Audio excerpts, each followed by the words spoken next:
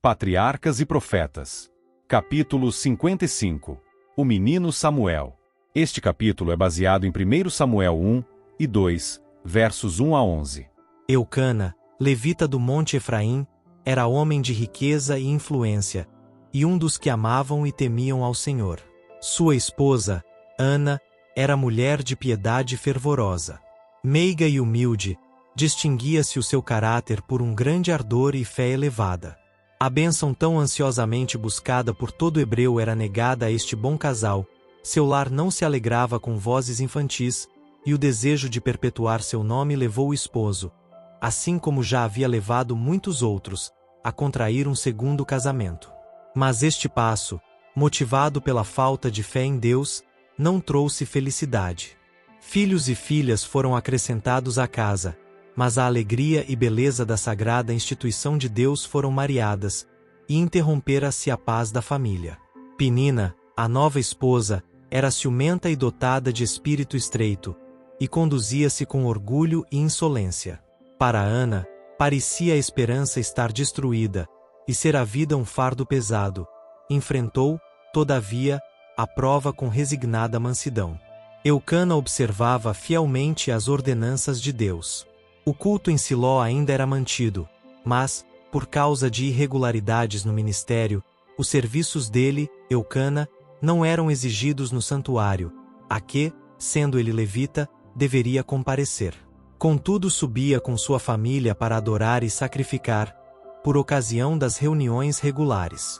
Mesmo entre as solenidades sagradas ligadas ao serviço de Deus, intrometia-se o mau espírito que lhe infelicitara o lar.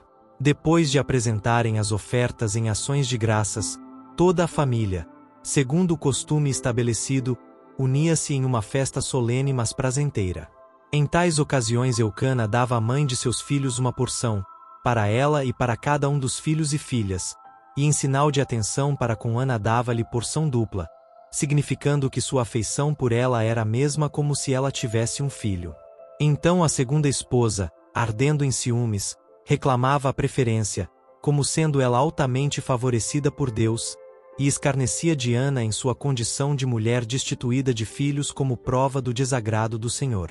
Isto se repetia de ano em ano, até que Ana não mais o pôde suportar.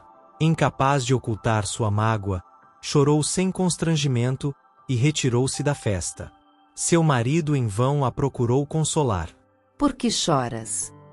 E por que não comes? E por que está mal o teu coração?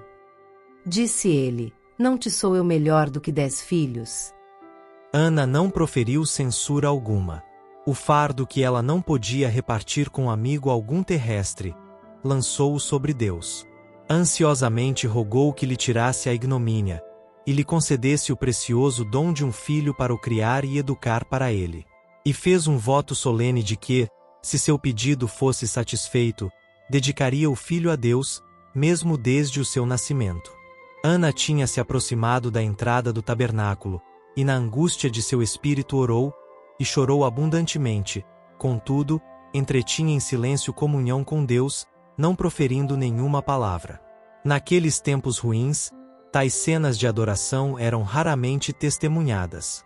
Festins irreverentes, e mesmo embriaguez, eram coisas comuns, mesmo nas festas religiosas, e Eli, o sumo sacerdote, observando Ana, supôs que estivesse dominada pelo vinho.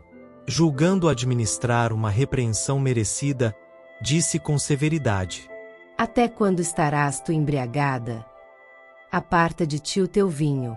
Condoída e surpresa, Ana respondeu brandamente: Não, senhor meu, eu sou uma mulher atribulada de espírito, nem vinho nem bebida forte tenho bebido, porém tenho derramado a minha alma perante o Senhor. Não tenhas, pois, a tua serva por filha de Belial, porque da multidão dos meus cuidados e do meu desgosto tenho falado até agora. O sumo sacerdote ficou profundamente comovido, pois era homem de Deus, e em lugar de repreensão proferiu uma bênção. Vai em paz, e o Deus de Israel te conceda a tua petição que lhe pediste. A oração de Ana foi atendida, recebeu a dádiva que tão fervorosamente havia rogado. Olhando para o filho, chamou Samuel, pedido a Deus, 1 Samuel 1, versos 8, 10, 14 a 16 e 20. Logo que o pequeno teve idade suficiente para separar-se de sua mãe, ela cumpriu seu voto. Amava o filho com toda a devoção de um coração de mãe, dia após dia, observando suas faculdades que se expandiam, e ouvindo seu balbuciar infantil, cingia-o mais estreitamente em suas afeições. Era seu único filho, uma dádiva especial do céu, mas recebera-o como um tesouro consagrado a Deus, e não queria privar o doador daquilo que lhe era próprio. Mais uma vez Ana viajou com o esposo para Siló, e apresentou ao sacerdote, em nome de Deus, sua preciosa dádiva, dizendo: Por este menino orava eu, e o Senhor me concedeu a minha petição, que eu lhe tinha pedido. Pelo que também ao Senhor eu entreguei, por todos os dias que viver. 1 Samuel 1, versos 27 e 28. Eli ficou profundamente impressionado pela fé e devoção desta mulher de Israel. Ele próprio, pai por demais condescendente, ficou atemorizado e humilhado vendo o grande sacrifício desta mãe, separando-se de seu único filho, para que o pudesse dedicar ao serviço de Deus. Sentiu-se reprovado pelo seu amor egoísta, e com humilhação e reverência prostrou-se perante o Senhor e adorou. O coração da mãe encheu-se de alegria e louvor, e ela almejava extravasar sua gratidão a Deus. O espírito de inspiração lhe sobreveio, e orou Ana e disse: O meu coração exulta ao Senhor, o meu poder está exaltado no Senhor. A minha boca se dilatou sobre os meus inimigos, porquanto me alegro na tua salvação. Não há santo como é o Senhor, porque não há outro fora de ti, e rocha nenhuma há como nosso Deus. Não multipliqueis palavras de altíssimas altivezas, nem saiam coisas árduas da vossa boca, porque o Senhor é o Deus da sabedoria, e por ele são as obras pesadas na balança. O Senhor é o que tira a vida, e a dá. Faz descer a sepultura e faz tornar a subir dela. O Senhor empobrece e enriquece, abaixa e também exalta. Levanta o pobre do pó, e desde o esterco exalta o necessitado, para o fazer assentar entre os príncipes, para o fazer herdar o trono de glória. Porque do Senhor são os alicerces da terra, e assentou sobre eles o mundo. Os pés dos seus santos guardará, porém os ímpios ficarão mudos nas trevas, porque o homem não prevalecerá pela força. Os que contendem com o Senhor serão quebrantados, desde os céus trovejará sobre eles. O Senhor julgará as extremidades da terra, e dará força ao seu rei, e exaltará o poder do seu ungido. 1 Samuel 2, versos 1 a 3 e 6 a 10. As palavras de Ana eram proféticas, tanto a respeito de Davi, que reinaria como rei de Israel, como do Messias, o ungido do Senhor. Referindo-se a princípio à jactância de uma mulher insolente e contenciosa, aponta o cântico para a destruição dos inimigos de Deus e o triunfo final do seu povo remido. De Siló, Ana voltou silenciosamente para o seu lar em Ramá, deixando o menino Samuel para ser educado para o serviço da casa de Deus, sob a instrução do sumo sacerdote. Desde o primeiro despontar da inteligência do filho, ela lhe ensinara a amar e reverenciar a Deus, e a considerar-se como sendo do Senhor. Por meio de todas as coisas conhecidas que o cercavam, procurou ela elevar seus pensamentos ao Criador. Depois de separada de seu filho, a solicitude da fiel mãe não cessou. Cada dia ele era objeto de suas orações. Cada ano ela lhe fazia, com suas próprias mãos, uma túnica para o serviço, e, subindo com o esposo para adorar em Siló, dava ao menino esta lembrança de seu amor. Cada fibra da pequena veste era tecida com uma oração para que ele fosse puro, nobre e verdadeiro.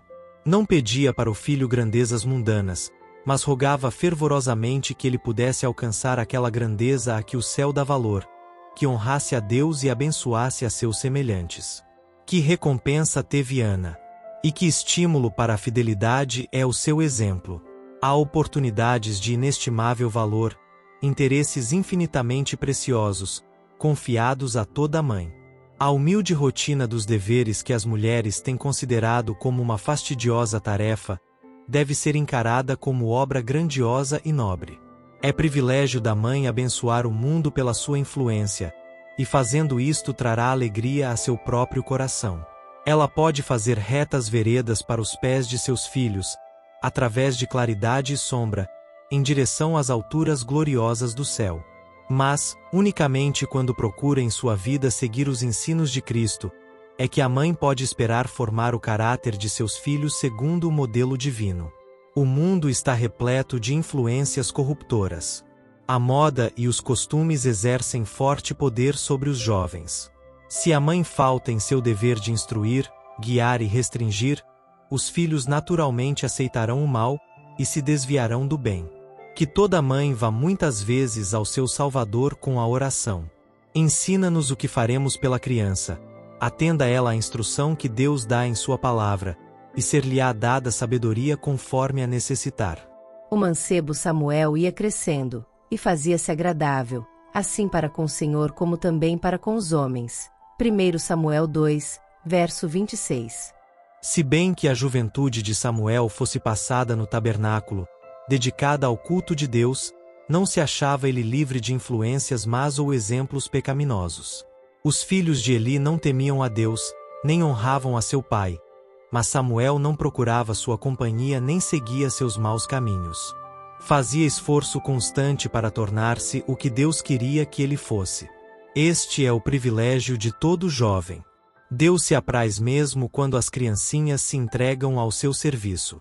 Samuel fora posto sob os cuidados de Eli, e a beleza de seu caráter suscitou a afeição ardorosa do idoso sacerdote. Era amável, generoso, obediente e respeitoso. Eli, aflito pelo descaminho de seus filhos, obtinha descanso, consolo e bênção na presença daquele que estava sob seu encargo. Samuel era serviçal e afetivo, e nunca pai algum amou a seu filho mais ternamente do que Eli aquele jovem. Coisa singular era que, entre o magistrado principal da nação e a simples criança, existisse uma afeição tão ardorosa. Sobrevindo a Eli as debilidades próprias da idade, e enchendo-se ele de ansiedades e remorsos pelo procedimento dissoluto de seus filhos, voltou-se para Samuel em busca de consolo.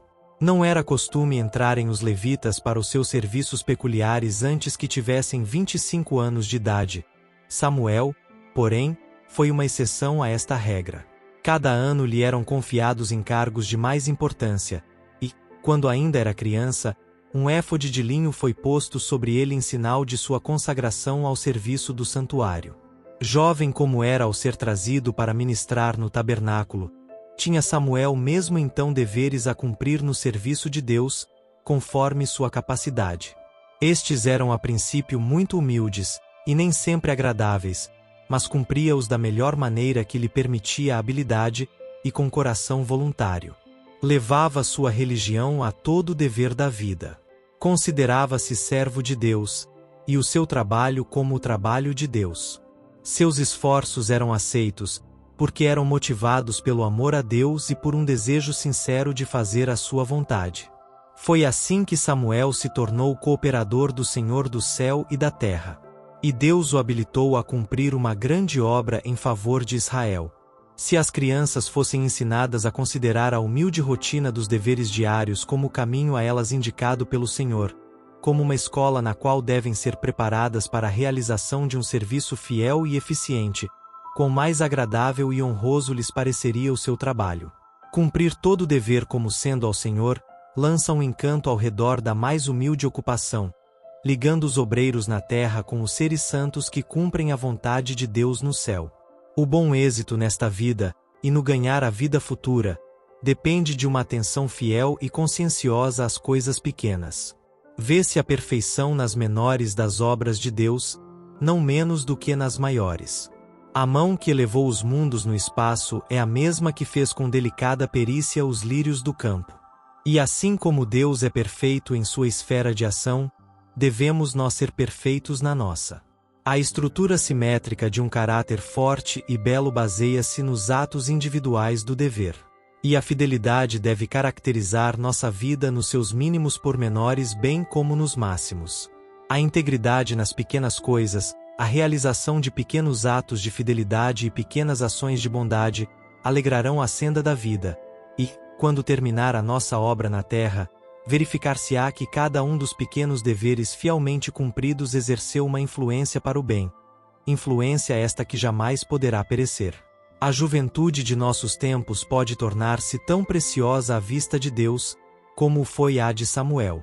Mediante a fiel manutenção de sua integridade cristã, podem os jovens exercer forte influência na obra de reforma. Necessita-se de tais homens neste tempo. Deus tem uma obra para cada um deles. Jamais alcançaram os homens maiores resultados em favor de Deus e da humanidade do que os que podem ser conseguidos em nosso tempo por aqueles que forem fiéis ao encargo que Deus lhes confiou.